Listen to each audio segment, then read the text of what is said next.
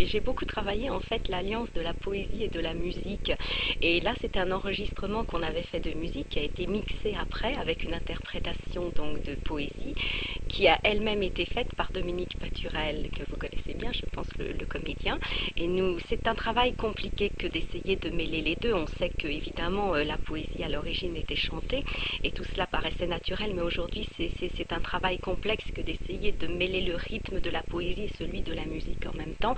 Donc il a fallu faire un mixage à la fois de plusieurs musiques, de beaucoup d'instruments, des centaines d'instruments, pour arriver à coller le plus possible au texte.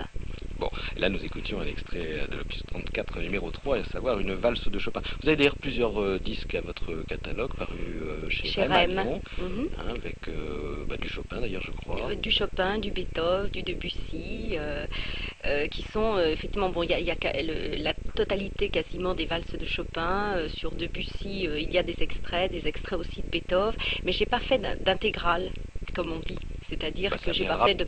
Non, j'en ai pas du tout l'intention, je vais vous le dire franchement, parce que je me suis aperçue de quelque chose il y a quelques années, et surtout particulièrement en France, nous ne sommes pas aux États-Unis, c'est très difficile de mêler plusieurs disciplines et de le faire sérieusement et aux yeux du public, si vous voulez, qui vous met des étiquettes, soit vous êtes écrivain, soit vous êtes pianiste, mais c'est très compliqué de faire deux travail sérieusement, enfin deux travaux sérieusement, sans être critiqué ou sans soulever d'éventuelles polémiques.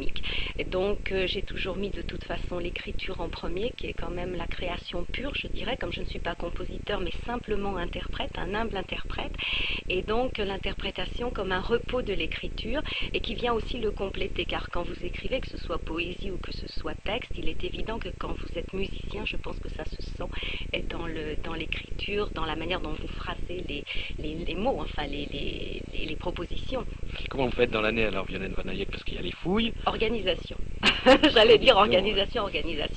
Il n'y a pas 36 solutions, travail et organisation, c'est-à-dire que lorsque je ne suis pas en voyage, eh bien c'est travail d'écriture, malheureusement de promotion quelquefois à côté, ce qui n'est pas le plus plaisant. C'est gentil pour nous, ça. Oui, mais c'était un typique, mais on rencontre des gens très sympathiques comme vous, mais ce que je veux dire, c'est que c'est vrai, ça prend sur le temps de travail, et comme je suis une travailleuse acharnée, je me plais, c'est vrai, à écrire le matin et à jouer l'après-midi. Mais quand on voyage, alors là ça se complique parce que heureusement pour moi je descends toujours dans les mêmes endroits, mais alors je vais dans tous les endroits du monde méditerranéen.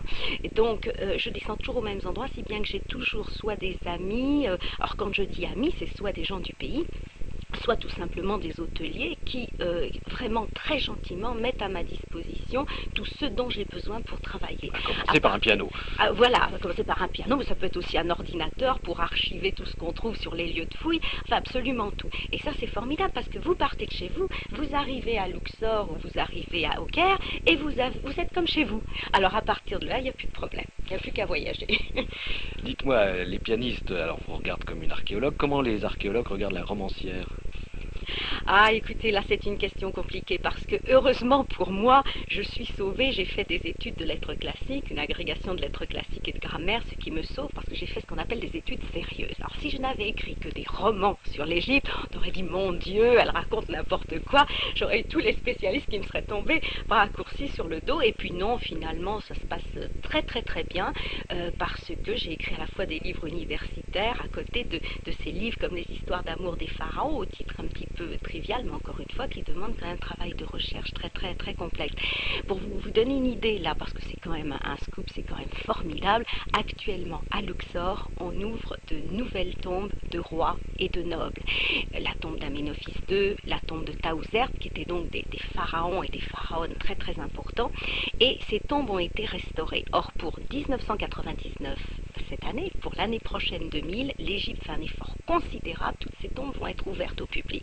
Évidemment, comme j'ai la chance de travailler sur place depuis des années avec les équipes égyptiennes ou les équipes du monde entier, parce qu'il y a là-bas de représenter le monde entier, les Chinois, les Japonais, les Polonais, et donc à partir de là, si vous voulez, j'ai à la fois accès évidemment à toutes ces fresques, à toutes ces inscriptions, ce qui m'a permis d'aller à la rencontre de ces gens qui habitaient dans l'au-delà ces tombes et de ces couples qui étaient enterrés à ces endroits, et ça m'a permis donc aussi de mieux comprendre comment ils vivaient au quotidien.